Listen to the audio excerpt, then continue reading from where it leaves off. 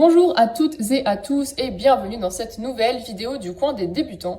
Et on se retrouve aujourd'hui pour parler des notions d'échec, d'échec et maths et de pattes.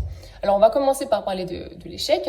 L'échec, c'est quand le roi est attaqué mais qu'il a des solutions pour se protéger. Il existe 3 solutions. La première, c'est tout simplement la fuite du roi. On va bouger notre roi sur une case qui est protégée, donc on le met en sécurité. La deuxième solution, c'est de faire un bouclier. On va venir mettre une pièce ou un pion entre notre roi et la pièce qui l'attaque. Et enfin, la dernière solution, c'est tout simplement de manger la pièce ou le pion qui attaque le roi. Alors, pas forcément avec le roi, on peut venir manger avec le roi si c'est possible, mais on peut aussi venir manger avec un de nos pions ou une de nos pièces. Donc, on va voir ici les 3 solutions qui existent. Donc, on va d'abord mettre notre tour blanche en E7. Et là, on voit que la tour se déplace, capture sur les côtés. Donc là, elle attaque le roi noir. Donc le roi est en échec.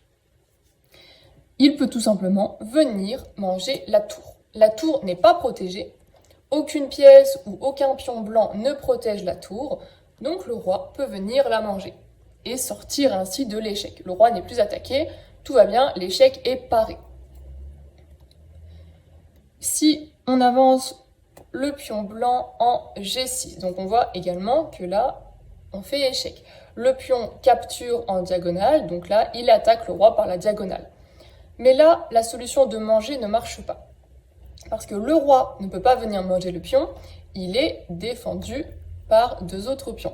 Donc en fait, si le roi vient manger le pion, il se retrouve encore en échec, en double échec en fait, à cause des pions. Donc c'est pas possible. Interdit de manger. Mais là, le roi peut s'enfuir. Il a des cases où il y a accès, en fait. Il peut très bien venir là, par exemple. Donc, on amène le roi en F8. On voit qu'il s'est éloigné du pion, donc éloigné de la pièce du pion qui attaque. Et donc là, notre roi est en sécurité. Il n'y a plus de souci. L'échec est à nouveau paré. Et enfin, la dernière option. Si jamais on emmène le fou noir ici en D5. Donc on voit que le fou attaque le roi par la diagonale, donc le roi blanc est en échec. Là, on ne peut pas venir manger le fou, on pourrait bouger le roi.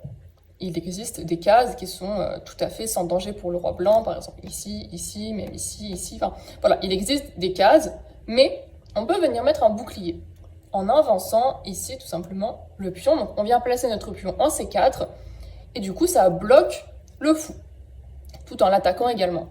Du coup, voilà, l'échec est paré grâce à la technique du bouclier. Quand le roi est en échec, mais qu'aucune des 3 solutions ne marche, ni le bouclier, ni le fait de bouger le roi, ni le fait de manger la pièce ou le pion qui attaque, dans ce cas-là, la partie est finie et c'est ce qu'on appelle un échec et mat.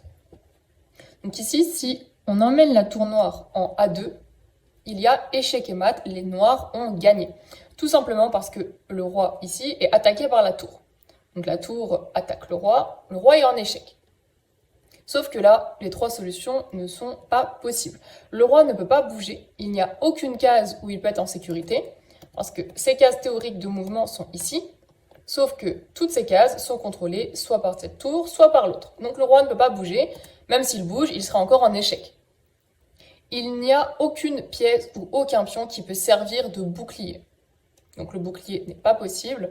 Et enfin, le roi est beaucoup trop loin pour venir manger la tour. Comme il ne se déplace que d'une case, là c'est impossible pour lui de venir manger la tour.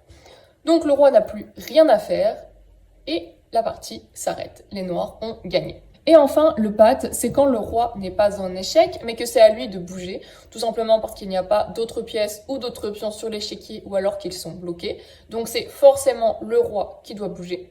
Sauf que toutes les cases où il pourrait potentiellement aller sont contrôlées par d'autres pièces ou d'autres pions, ce qui fait qu'il se mettrait volontairement en échec. Et c'est interdit, on n'a pas le droit de mettre son roi volontairement en échec. Donc en fait, le roi n'a plus de coups possibles. Tous les coups qu'il pourrait faire lui sont interdits.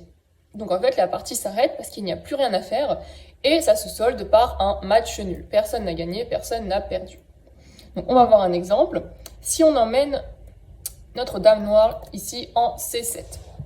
Mais en fait, il n'y a patte. Parce que le roi, on est d'accord, il n'est pas en échec. Personne ne l'attaque. La dame ne bouge pas comme un cavalier. Donc, pas d'échec pour le roi. Sauf qu'il ne peut pas bouger. Il n'y a plus que lui en pièce blanche, donc ça veut dire que c'est forcément au roi de bouger, on ne peut rien bouger d'autre, mais ces cases potentielles sont ici. Ce sont les 3 cases où pourrait potentiellement se déplacer le roi, sauf que ces 3 cases sont contrôlées par la dame. Donc ici et en diagonale. Donc notre roi là, il est tout simplement bloqué, il ne peut plus rien faire, et personne ne peut venir à la rescousse, il n'y a plus que lui sur l'échiquier. Donc la partie se termine sur un match nul, et c'est un patte. Les noirs, pour gagner la partie, auraient dû venir mettre leur dame ici en B7. Et là, en B7, on voit bien qu'il y a échec et mat. La dame attaque correctement le roi ne peut pas s'enfuir, ces 2 cases sont contrôlées par la dame, il ne peut pas mettre de bouclier, et il ne peut pas non plus manger la dame qui est protégée par le roi. Donc c'était ça le bon coup à faire. J'espère que la vidéo vous a plu et n'hésitez pas à aller voir les autres.